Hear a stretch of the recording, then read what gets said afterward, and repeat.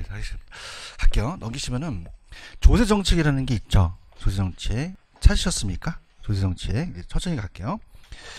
조세정책은 거기 보시면은 부동산 조세의 기능이라는 게 있죠.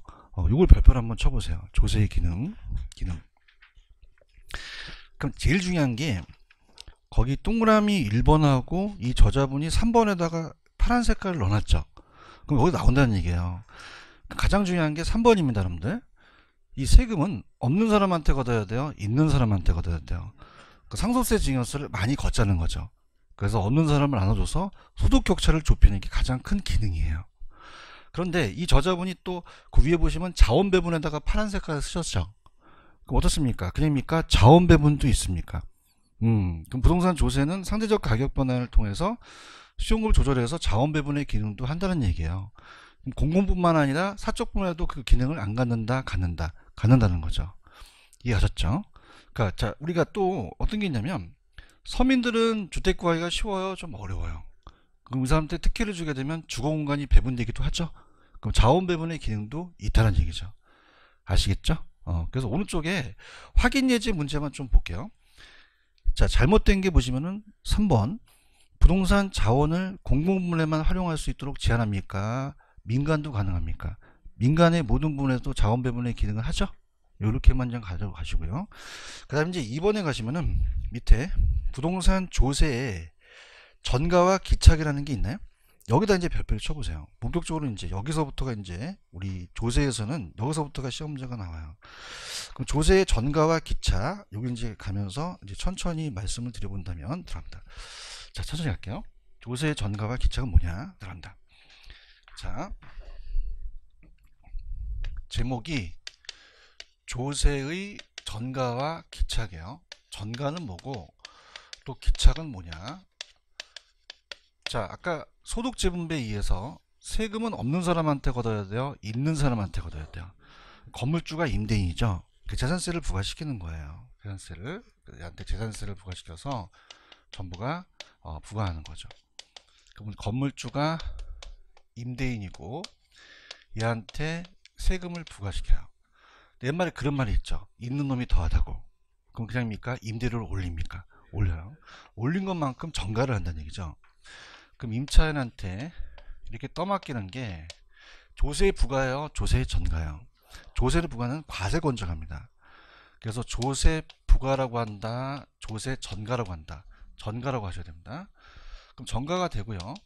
만약에 시험 문제가 얘가 생산자라면 얘는 소비자가 되겠죠.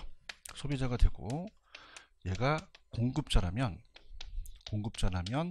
얘가 수요자가 되는 거예요. 자, 그러면 어떻게 됩니까? 우리가 이렇게 보면은 그냥입니까? 임대료를 올린 겁니까? 올리죠. 맞습니까? 그래서 가격을 올려버려요. 그러면 정가분만큼 올리겠죠? 부가만큼 올린 게 아니죠.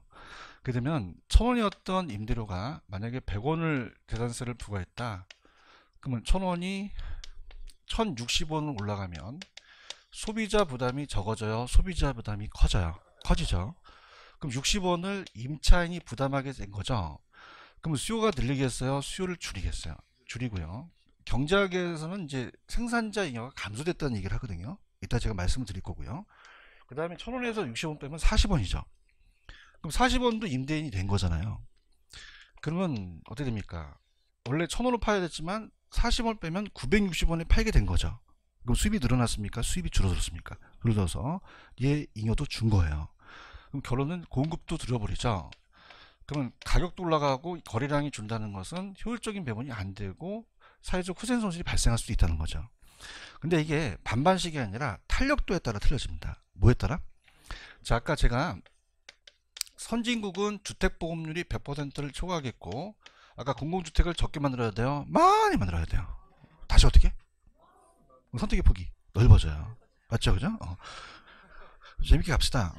어차피 힘들잖아요. 얼굴이 힘들어 하시는 것 같아요. 그래서 적게 만든다? 많이 만든다. 선택의 폭이 이렇게. 그래서 재밌으세요? 강의가 이렇게 가야 돼요. 요새는 이거 트렌드가 그래. 자, 맨날 가서 딱딱하게, 그죠? EBS 강의했듯이 선진국은 막 그러면서 목색깔 맞죠. 그래서 제가 그렇게 하려는데 트렌드가 아니라고요. 보니까 그죠? 동영상 보니까 별 강사들이 많아. 그죠? 그래서 막 그 주택을 어떻게 한다? 어떻게 만들어? 매일 선택이 보기 매일 봐주니까 유리해지는 거예요. 갈 데가 많죠. 그러면 한 20년 강의하니까 이제 미쳐지는 것 같아요. 참 이렇게 정신이. 그럼 수요자가 그냥입니까? 선택의 폭이 넓습니까? 유리해져요. 그죠? 유리해지니까 아주 유리해지니까 임차인이 유리해지는 거죠. 맞습니까? 그럼 우리가 이 임대인이 조금만 전가시켜도 얘는 어떻게 해요? 배짱을 들일 수 있어요. 내가 나간다! 그러니까 그냥 해요. 잡아요. 잡아가가지고 미안하다 야. 너한테. 그러면 탄력적이라는 자체는 불리해요? 유리해요? 유리하죠. 그럼 얘 조세 부담을 줄여준다는 거죠. 그런가요? 자, 근데 문제가 발생되는 것은 자, 개발도상국이나 후진국 같은 경우는 주택이 부족하죠. 그럼 갈 데가 있어요? 갈 데가 없어요. 그럼 대체재가 적죠. 있어서 저기 짱박혀져 있어요. 그럼 탄력적이다? 비탄력적이다? 비탄력적. 불리하다? 유리하다? 불리해버려요. 그런가요? 그럼 어떻게 된다?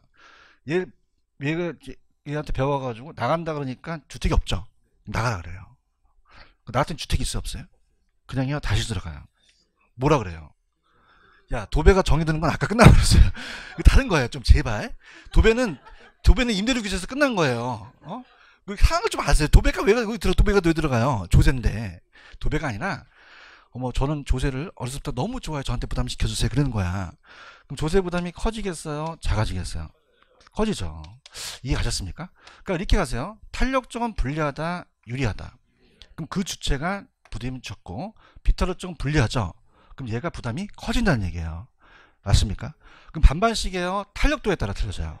그래서 제가 많이 심심하니까 전깃줄이에요. 참새가 있습니다. 똑같은데 사람이 있어요. 똑같이 생겼지만 얘네들은 그냥요 참새예요. 얘네들은요 사람. 그래서 갑니다. A 참새와 B 참새가 있어요. 그래서 얘가 수요자 참새와 공급자 참새라면 들어보세요. 자, 우리가 수요자 참새가 탄력적이에요. 탄력적은 불리합니까? 유리합니까? 유리하죠. 얘 조세 부담이 작아진다는 거죠. 맞나요? 그럼 얘 조세 부담이 커진다, 조세 부담이 작아진다? 작아져요. 작아지고 비탄력적은 유리해요, 불리해요? 그럼 공급자 부담이 커진다는 거죠. 그래서 조세 부담이 커진다는 얘기예요. 이해 가셨습니까? 그래서 아까 조세를 부과시킨 거는 과세권자죠. 정부예요. 제가 정부라면 이 총이고 재산세를 탄환 장착시켰어요. 총을 딱 쏘려고 하니까 탄력적은 그냥입니까? 반응이 빠릅니까? 날아가는 속도가 빠르죠. 그럼 많이 맞아요? 좀 적게 맞아요? 비탄력적은 그냥이요? 좀 둔해요. 그럼 많이 맞죠? 그런가요? 그 완전 탄력적은 그냥 유리해요? 완전히 유리해요? 그러면 얘가 전액 부담하지 않는다는 얘기죠. 맞습니까? 그럼 얘는 수요자가 전액 부담한다, 안 한다, 안 한다는 거죠. 그럼 얘는 그냥입니까? 완전 비탄력적입니까? 그럼 완전 비탄력적은 그냥 불리해요? 완전히 불리해요? 그럼 전액 부담하지 않는다, 전액 부담한다, 부담한다는 거죠. 맞나요? 완탈은 그냥이요? 완전히 반응을 해요. 그럼 제가 차닥 하니까 그냥 벌써 날아갔어요. 맞아요? 하나도 안 맞아요. 안 맞죠? 완전 비탄력적은 그냥입니까? 완전히 준합니까? 날아갑니까? 총구를 쳐다보고 있습니까? 뭐예요. 그래서 아우 이 자식 봐라. 그래서 가슴을 팍 당기니까 피가 질질 흘리면서 어머 내가 나 맞았구나 이렇게 하는 거죠. 분위기가 안 좋다는 거죠. 그럼 탄력적은 불리하다 유리하다? 부담이 적고 비탄력적 부담이 커진다는 얘기예요. 맞습니까? 그래서 거기 보시면은 갈게요. 293에 자 개념에 보시면은 파란 색깔이 있어요. 그럼 조세 전가란 재산세가 부과되면 납세 의무자인 임대인이 임대료를 인상했죠. 세금 일부를 임차인한테 이전하는 걸 그냥 다 조세의 전가라고 한다. 그러면 밑에 조세의 전가가 완료돼서 실질적으로 조세 부담이 임대인과 임차인한테 최종적으로 귀속되죠. 이걸 그냥요 조세의 기착이라 그래요. 기착이라는 거죠. 그런가요? 그러면요 넘겨보시면은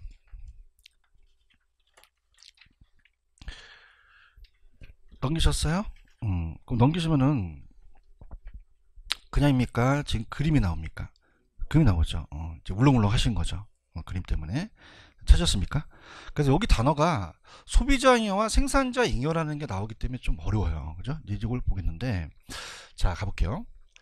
자, 우리가 지금 일단 그래프를 보시면서 제가 그래프도 이제 자체적으로 중요하기 때문에 말씀을 드리면 가격과 양이 있어요. 지금 요 사항을 보여드릴게요. 그럼 우리가 균형이라는 건 누가 만나야지만 균형을 이루죠. 수요하고 공급이에요. 맞나요? 자, 그래서 아까 임대료가 1,000원이라고 말씀드렸죠. 그 다음에 이게 10개라고 봐봐요. 1,000원에 10개. 그러면 1,000원에 10개면은 1,000원에 10개를 곱하면 얼마예요? 1,000원에 10개, 1,000원에 10개. 굉장히 심각해요, 이거. 그냥 나라가 이제 국가가 나서야 될 문제인 것 같아요. 지금 이걸 모르면은 저는 제가 어떻게 얘기할지 모르겠어요. 이것도 모르는데 어떻게 제가 그래프를 강의합니까? 얼마나 부담했습니까? 10,000원이에요. 맞습니까? 그럼 10,000원이 그냥입니까? 임대인의 수입이 되고 임차인의 지급이 되겠죠? 요게 전체적인 금액이라는 얘기예요. 맞나요? 근데 우리가 따라서 생산자 잉여, 아니 따라해요. 그냥 생산자 잉여. 생산자가 더 처먹는 게 있겠죠? 그럼 이게 만약에 칠판주기 맞는데 그냥입니까? 생산비가 들어갑니까? 그 공급선 밑에 비가 생산비예요. 그죠? 그럼 요만큼을 더 먹는 거죠. 그냥 그렇다고 해요. 그럼 이걸 따르면서 생산자 잉여. 생산 잉여예요. 생산자가 가져가는 잉여라는 얘기죠. 그런가요? 생산자 잉여. 아직까지 상태가 좋아요. 생산자 잉여. 그럼 소비자 잉여도 있겠죠? 그러니까 소비자는 지가 지불하는 금액이 이렇게 다 지불하겠다는 거죠. 근데 요것만 지불하면 되죠. 그 위에 있는 요 삼각형이 요게 따라서 소비자 잉여. 소비자 잉여라는 거죠. 그래요? 그래서 요 잉여들이 감소된다는 얘기예요. 그렇죠? 괜히 하는 것 같아요, 지금. 자, 그러면은, 자, 지금 얘한테, 공급자한테 지금 그냥입니까? 정부가 재산세를 부과시킵니까? 부과시켰죠? 생산자한테. 맞아, 임대인한테. 그럼 얘한테 재산세를 부과시키면, 얘가 기분이 좋아요? 안 좋아요? 기분이 안 좋으면 어느 쪽이에요? 자축이죠? 그건 기억나세요? 자축으로 움직인다는 거예요. 근데 이게 요즘 트렌드가 좌측으로 곡선이 올라가 버려요. 그래서 자상향 이동. 요까지 오르세 터치해요. 그죠? 그럼 어떻게 됩니까? 좌측으로 이렇게 올라가는 곡선이 만들어지죠?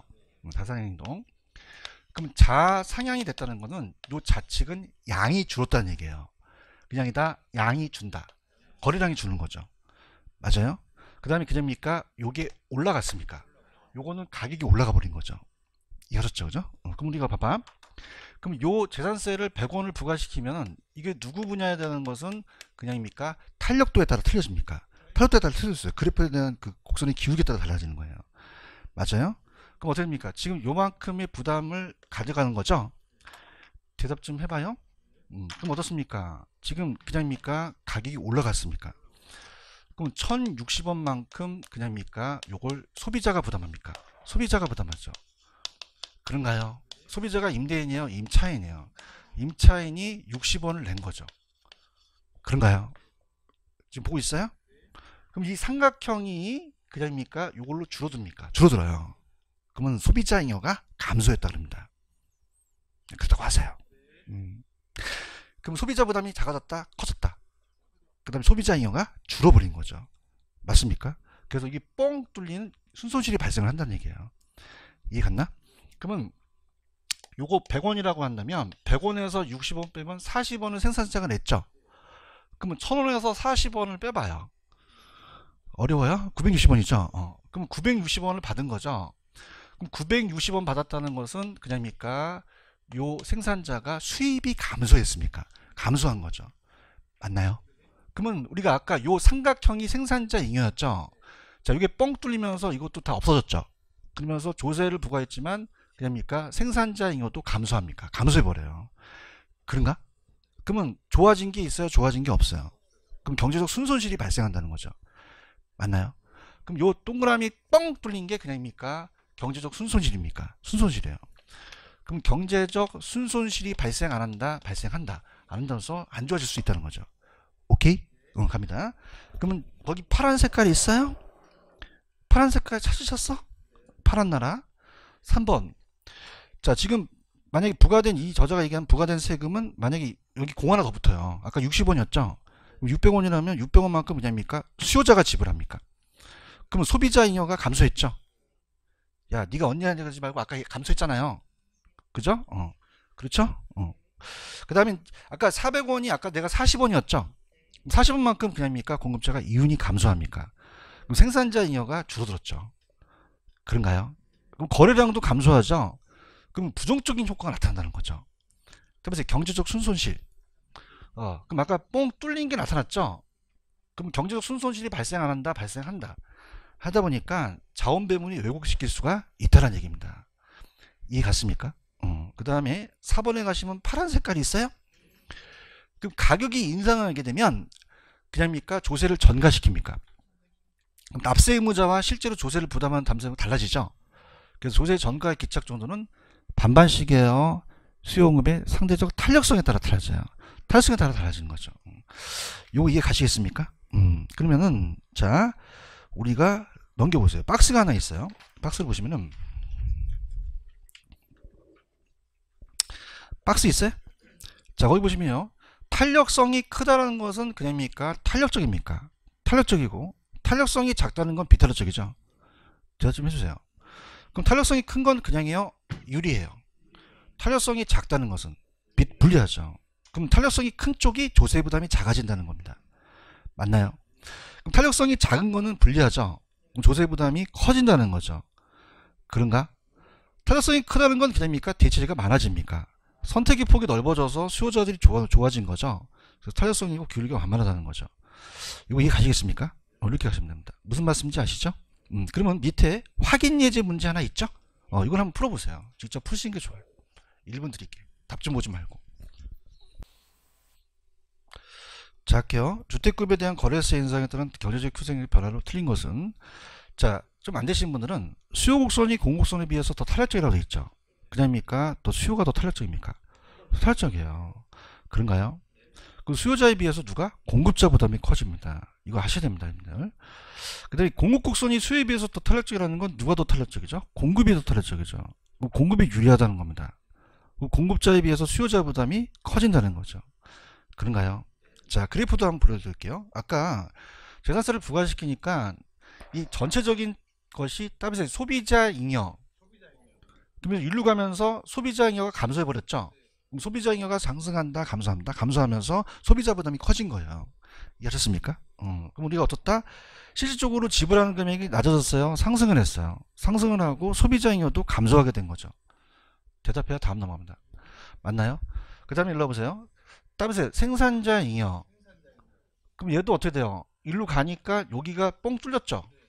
그 다음에 조세를 얘가 정부가 처먹었는데 그럼 얘가 생산자 잉여가 늘어났다, 줄어들었다? 줄어든 거죠. 전체에서 상관성이 줄어든 거예요. 맞나요? 수입도 늘어났어요. 수입도 줄어들었어요. 줄어든 거죠. 이해하셨죠? 그죠? 그래서 우리가 공급자가 받는 가격도 그냥 다 하락했다. 생산자 잉여도 감소한 거죠. 그런가요? 그럼 거래 인상에 대한 세 수입 증가는 정부에 기록됐으나 아까 저기 뻥 뚫린 삼각형이 있었죠. 그러니까 경제적 손실이 발생합니까? 발생할 수 있다는 거죠. 이해하셨죠? 이렇게. 그래서 정답 몇 번? 5번이 정답이에요. 이해하셨죠? 그래서 오른쪽 부동산 조세 경제효과에 토지세 경제효과라는 게 있나요? 자, 이게 헨리 조지 이론이에요. 무슨 조지다? 별 조지가 다 있죠? 헨리 조지의 토지 단위세인데 자, 갈게요. 편하게 들어보세요. 저보세요. 편안하게 그냥 헨리 조지인데 저보세요. 그냥입니까? 토지 단위세입니까? 토지세죠. 그럼 고전화파라고 들어보셨어요? 고전화파는 지대를 그냥 받습니까? 잉여로 받습니까? 잉여로 받죠. 그럼 잉여라는 자체는 비용이에요? 불로소득이에요? 자, 고전화파는 인문적 특성, 자연적 특성. 자연적 특성이죠. 인문적 특성을 생각을 못한 거죠. 그러니까 농지가 택지로 개량한다는 걸 생각했다, 못했다? 못했다는 거예요. 이해 갔나? 그럼 토지는 부중성 때문에 증가시킬 수가 있다, 없다? 없다는 거죠. 이걸 가정하는 거예요. 맞나요?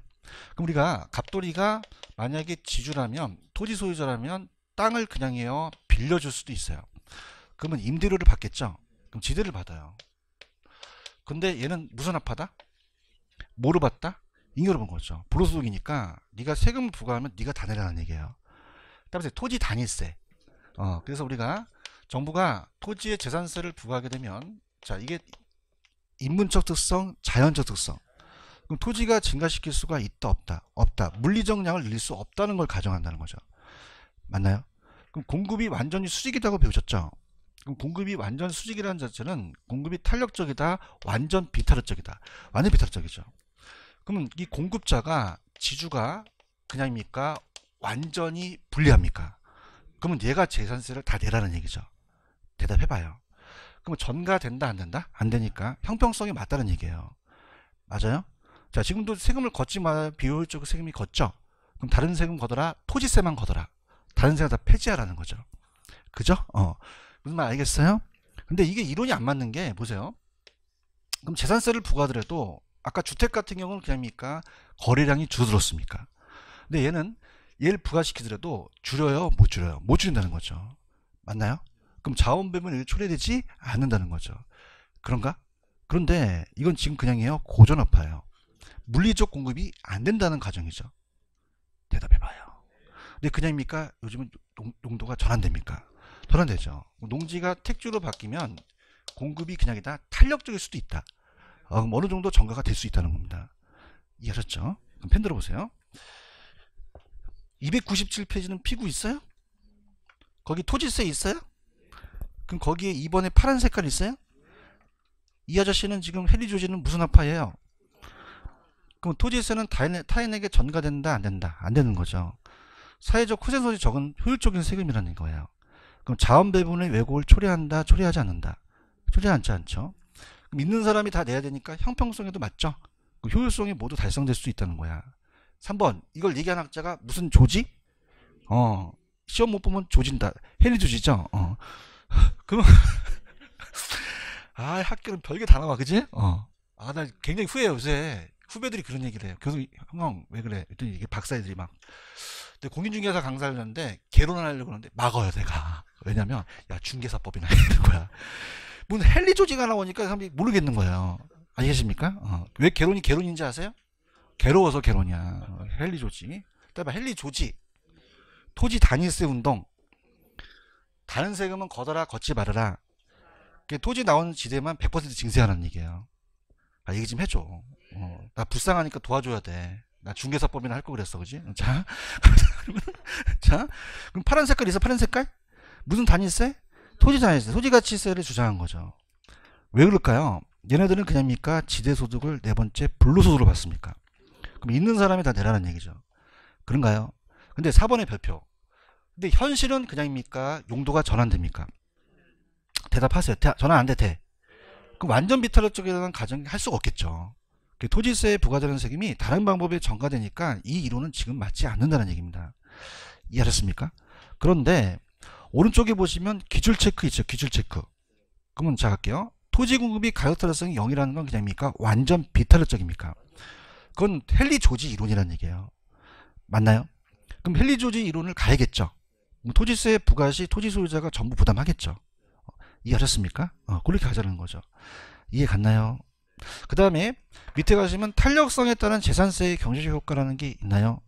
넘기세요. 박스로 한번 볼게요.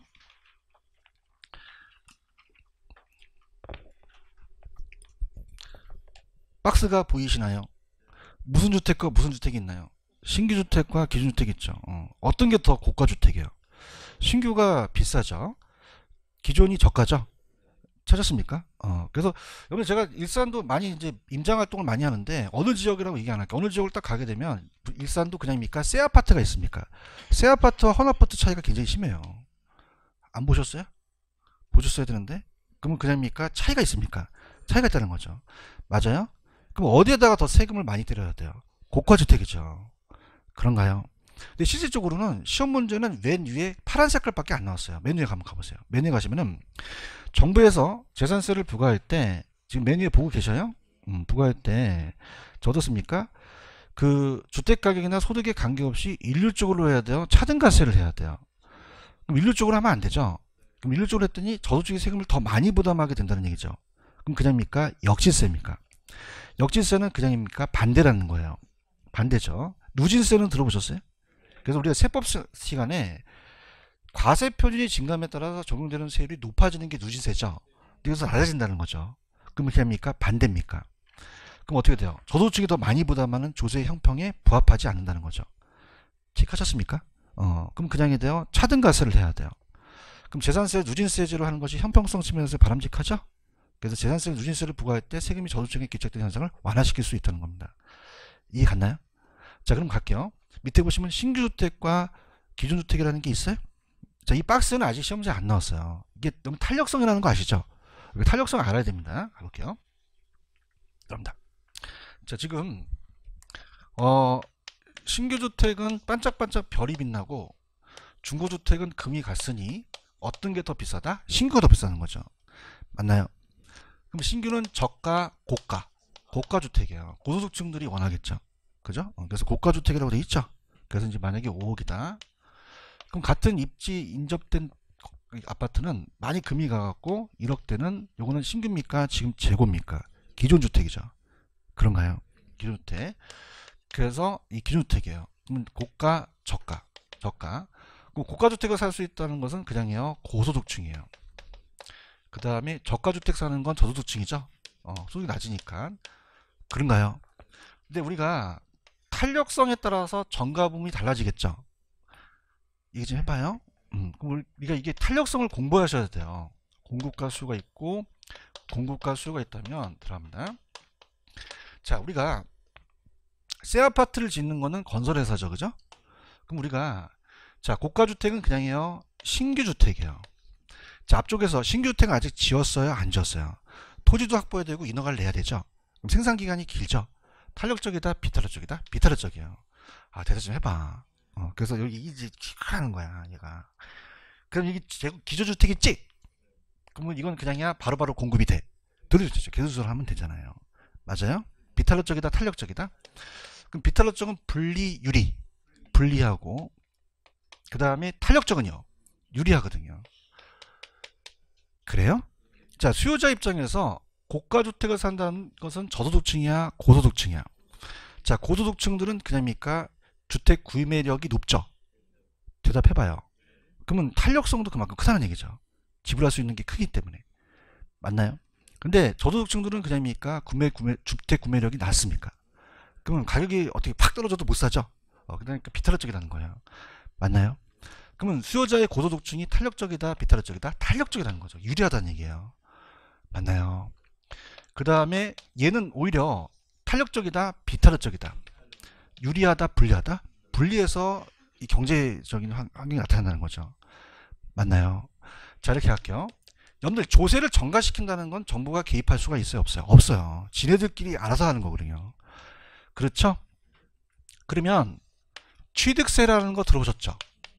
그럼 일률적으로 똑같이 해야 돼요? 차등가세를 해야 돼요? 차등가세를 해야 되거든요. 일률적으로 똑같이 하면 역진세가 나타난다는 거예요. 자, 왜 그럴까요? 얘 10% 한다면, 자, 볼게요. 동그라미 칠게. 형태가 안 좋으시니까. 공급자는 그냥요, 여기 분리해요. 수요자가요, 유리하죠. 맞습니까? 그럼 얘가 부담을 적게 하고 얘 부담을 크게 한다는 얘기예요. 자, 우리가 고가주택 같은 경우 분양 안 되면 그냥입니까? 취득세를 면제해 줍니까? 뭐 그런 거 봤어요? 좀 봤어야 되는데.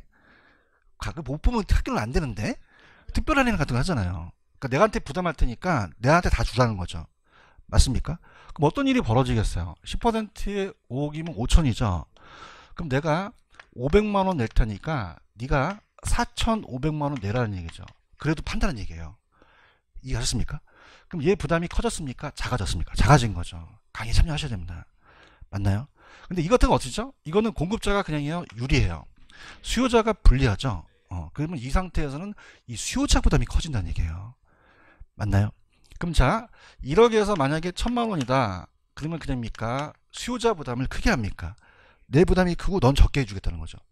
대답해. 다음 넘어가요. 맞습니까? 그럼 내가 900 낼 테니까 넌 100만 원만 내라는 거죠? 그럼 결론적으로 얘는 500 내고 얘가 900 냈어요. 그럼 얘 부담이 커진 거죠. 그래서 역진세가 나타난다는 거죠. 이해하셨습니까? 근데 여러분이 마음 편하게 가시는 게 그 박스는 아직 시험에 안 나왔어요. 아시겠죠? 그죠? 근데 봐봐. 지금 박스 있어?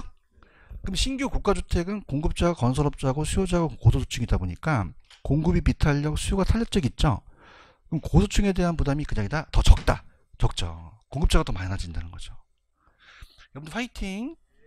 근데 기존 주택 있어? 기존 주택은 임대업자가 넘기는 거잖아요. 수요자한테. 그럼 공급은 탄력, 수요가 비탄력적이니 어떻게 됩니까? 임차인의 부담이 더 커진다는 거죠. 따라서 역진세.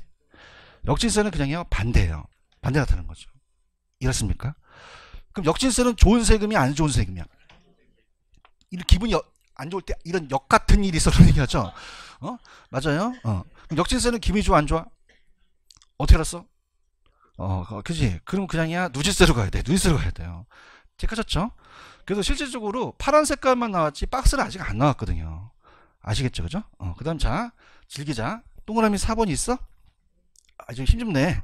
4번. 여기 봐봐. 여기 4번 이제 간다. 공무주택을 어떻게 만들어야 돼? 왜 힘이 빠졌어? 아까 막 하더니? 여기서 맛이 갔나? 자, 공무주택 어떻게? 그럼 대체제가? 선택의 폭이? 그럼 수요자가 탄력적이 되는 게 지금 4번에 나와 있어. 4번 좀 보자. 공공주택을 확대시키려잖아. 그럼 그래서 사적 임대주택 시장의 재산세 저소득 임차인의 전가되는 현상을 완화되는 거죠. 얘기해 볼까요? 왜 그럴까요? 비탄력이요, 수요가 탄력적이요. 탄력적이 되는 거죠. 이해하셨습니까? 이제 다 왔어. 양도소득의 경제 조건이라는 게 있나요? 이것만 하면 난 이제 끝나는데 조세는 양도소득이라는 거 들어보셨죠? 이게 참 재밌어요. 참 재밌는데 지금 정권이 노무현 대통령 정권하고 완전 판박이는 아닙니다. 그냥입니까? 정책이 약간 틀립니까? 틀려요. 보유세가 틀려요. 왜냐면 경험을 했었기 때문에. 그래서 작년 재작년 2017년 8월 2일 날 양도세를 중과한다고 합니다. 무슨 세? 양도세. 그 양도세라는 자체는 세법 시간에 유통가세죠. 배웠잖아. 그래서 유통가세로서 거래소이기 때문에 지금 옛날에 노무현 정권 때 강남이 집값이 어마어마하게 올라갔죠. 그럼 여러분 생각해 보세요. 주택 가격이 상승하면 오히려 그냥입니까? 수요가 줄어들어야 됩니까? 줄어들어요. 투기 수요가 늘어나요. 늘어나죠. 그럼 더 늘어나기 전에 양도세를 중과시킨다고 얘기를 해요. 맞나요? 그러면 정부 입장에서는 자, 그냥이 돼요. 좀 시간을 줘야 돼요. 줘야 되죠. 대화를 합시다. 바로 중과시키는 게 아니에요. 그래서 우리가 작년 2018년 4월 달서부터 부과시킨다고 얘기했어요. 맞나요? 그럼 정부 입장에서는 어떤 일이 되냐면 보세요. 양도세를 중과하게 되면 모든 사람들이 이 물량을 매도할 거라고 생각하는 거예요. 그럼 정부 입장에서는 그냥입니까? 공급 물량이 많이 나올 거라고 생각합니까? 나올 거라고 생각하죠. 같이 가야 되고 그럼 가격은 떨어질 거라고 본 거죠. 그냥이야 정부 생각이야. 정부 생각이죠. 노무현 대통령 때. 그죠? 그럼 양도세 내는 사람은 1가구 2주택이야? 다주택이야? 눈 깜짝할까? 정권 바뀌면 되는데 합니다. 그것을 따라서 동결효과 따라서 꽁꽁 얼어붙는다. 물량이 안 나와버려요. 대체 좀 해봐. 물량이 나와 안 나와? 안 나와. 동결효과예요. 동결효과는 공급이 증가한다, 공급이 감소한다. 감소하니까 가격이 올라간다라는 걸 경험한 거죠. 맞습니까? 그래서 문재인 정부 오면서 그냥입니까? 보유세를 드립니까? 보유세가 이 세법 시간에 나와요. 맞나요? 그래서 그냥입니까? 공시지가를 올립니까? 올리죠. 그죠? 제발 좀 관심 좀 가지세요. 전 시간에 분양받았다니까 분양도 안 받아봤다. 미치겠는 거야 제가 진짜. 그죠? 도대체 뭐 아시는 게 보유세, 공시지가 안 올라갔다? 올라갔어요. 그죠? 그래서 지금 표준주택이 올라가기 때문에 단독주택도 올라가죠. 그다음에 4월 30일 날 공동주택 가격이 올라가요. 그럼 보유세도 올라간다는 거죠. 그러니까 니네들이 얼마만큼 견디냐를 갖고 이제 정부가 규제를 한다는 거야. 이해 가야 되는데. 그래서 가봐. 양도세 나왔다. 동결효과 나오면 공급 증가 감소. 가격 올라간다가 나와요. 아시겠습니까? 흔적을 남길게. 몇 페이지 하고 있는 거야? 298페이지 하고 있죠? 그러면 거기 보시면은 파란 색깔 3번. 자, 주택시장이 과열됐기 때문에 투기적 수요를 억제하려고 정부가 양도세를 중과했죠. 근데 그냥야 부작용이 나타나. 정말? 그럼 기억에 파란 색깔이 있어? 그다음에 동결효과. 거래가 그냥야 꽁꽁 얼어붙어. 물량이 나와 안 나와? 안 나와. 동결된 거예요. 그럼 공급이 감소해버리죠. 가격이 어떻게 되죠? 올라가 버려요. 그런가요? 그래서 양도세에 납부하지 않기 때문에 매각 처분을 기피하죠? 공급이 감소하니까 가격이 어떻게 된다? 올라간다는 거죠. 니은의 별표. 그럼 어떻게 돼요? 이 동결효과는 어떻게 오히려 주택가격을 어떻게 한다? 상승할 수밖에 없죠. 그런가요?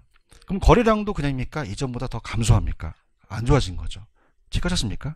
그런 경험을 노무현 대통령 때 그냥입니까? 경험을 했습니까? 그래서 지금 무슨 세를 건드리죠? 보유세를 건드리는 거예요. 그럼 여러분들이 보유세가 안 나올까? 나오죠. 그죠? 그다음에 재산세, 종합부동산세, 세법의 이거 위주로 공부가 돼요. 그럼 법이 안 바뀌었다? 바뀐 거 몰라요? 바뀌었어요. 세법. 거기 위주로 나온다는 거야. 내가 세법도 강의하네. 그래서 거기 취지로 나와서 무진장 거기 나와요. 아시겠죠? 이렇게 됐습니다. 이렇게 하고 오늘 프린트 다 받으셨어요? 넘기세요. 프린트 넘기세요. 재밌게 가, 재밌게. 경기가 안 좋지만 재밌게 가야지, 어떻게. 자, 그러면은 프린트를 같이 보면서 이 329를 갈게요. 329 가셔서, 투자론을 많이 하진 않습니다. 지금 이제 한 10분 남았기 때문에 과거가 돼서 그냥 짧게 할게요. 부동산 투자 파트 있죠? 이쪽 파트 들어갑니다. 2권 갖고 오셨어요? 2권? 2권. 부동산 투자 파트입니다. 투자론. 그래서 얘가 6에서 한 7문제가 나와요. 많이 나오죠? 8문제까지는 출제가 됐었거든요. 그죠? 그래서 이제 우리가 마음을 편안하게 가지시고, 편안하게 부동산 투자로 갈게요. 자, 투자라는 건 따라서 자금의 투입. 그럼 수익이 안 나와야 돼? 나와줘야 돼? 임대용 부동산에 투자를 해요. 맞습니까? 그럼 우리가 이런 상가 건물 사게 되면 임대료 받죠? 한 번 받아요? 매년 받아요. 양도 차익도 있죠. 양도 차익 한 번 받는 거예요. 맞습니까? 그럼 여러분들은 임대료를 더 원하세요? 양도 차익을 원하세요? 양도 차익 원하시면 투기꾼입니다. 투자는 둘 다 더 원하신다고 하셔야 돼요.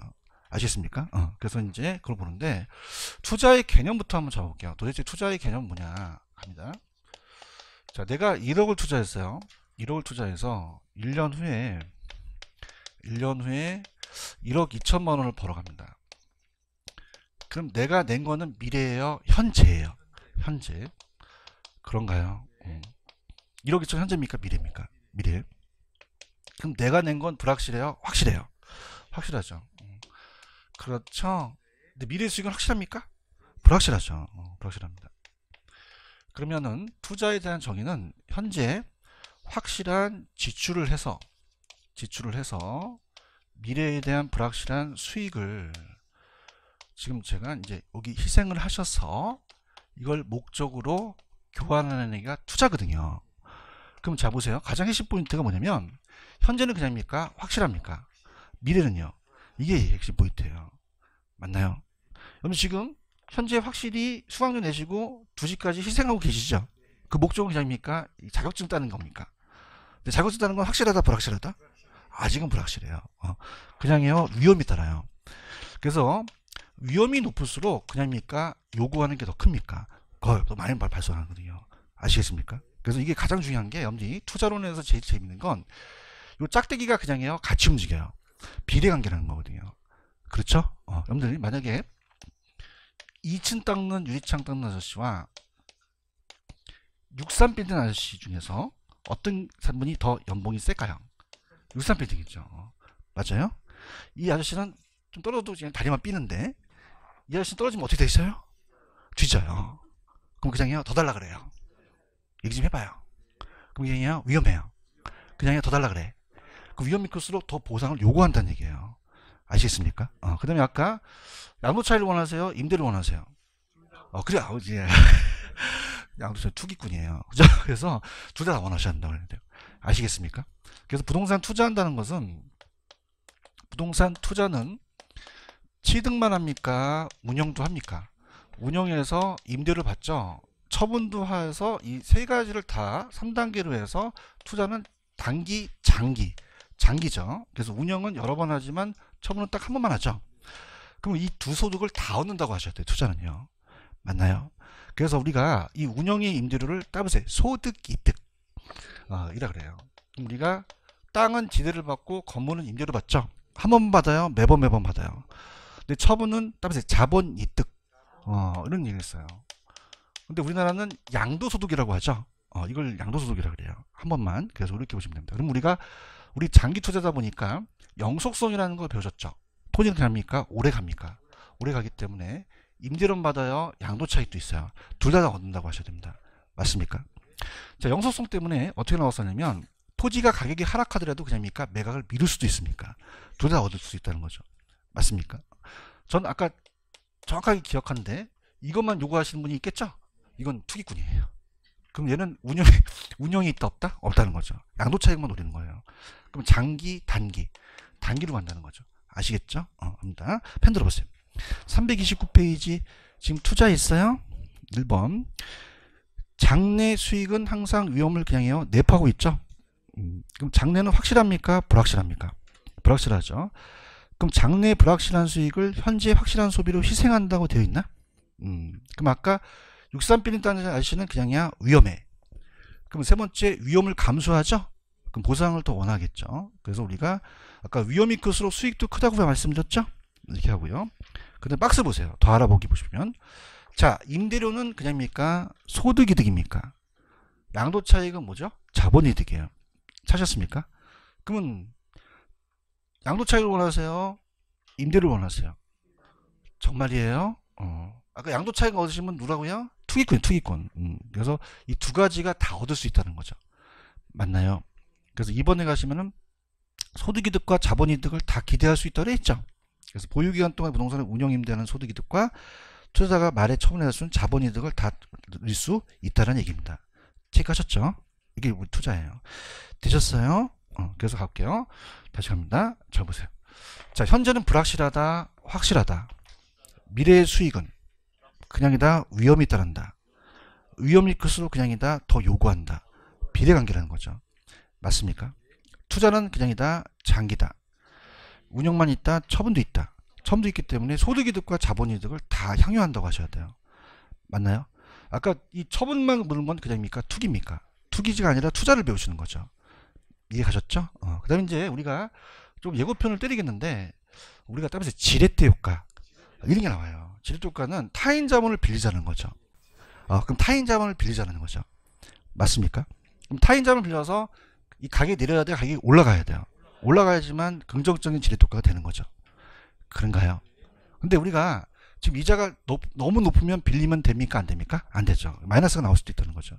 아시겠죠? 그래서 그걸 궁금하신데 그건 제가 점심 먹고 가도록 할게요. 여기까지만 하고 식사를 할게요. 그래서 3시에 만나도록 하겠습니다. 네, 여기서 수고하셨습니다.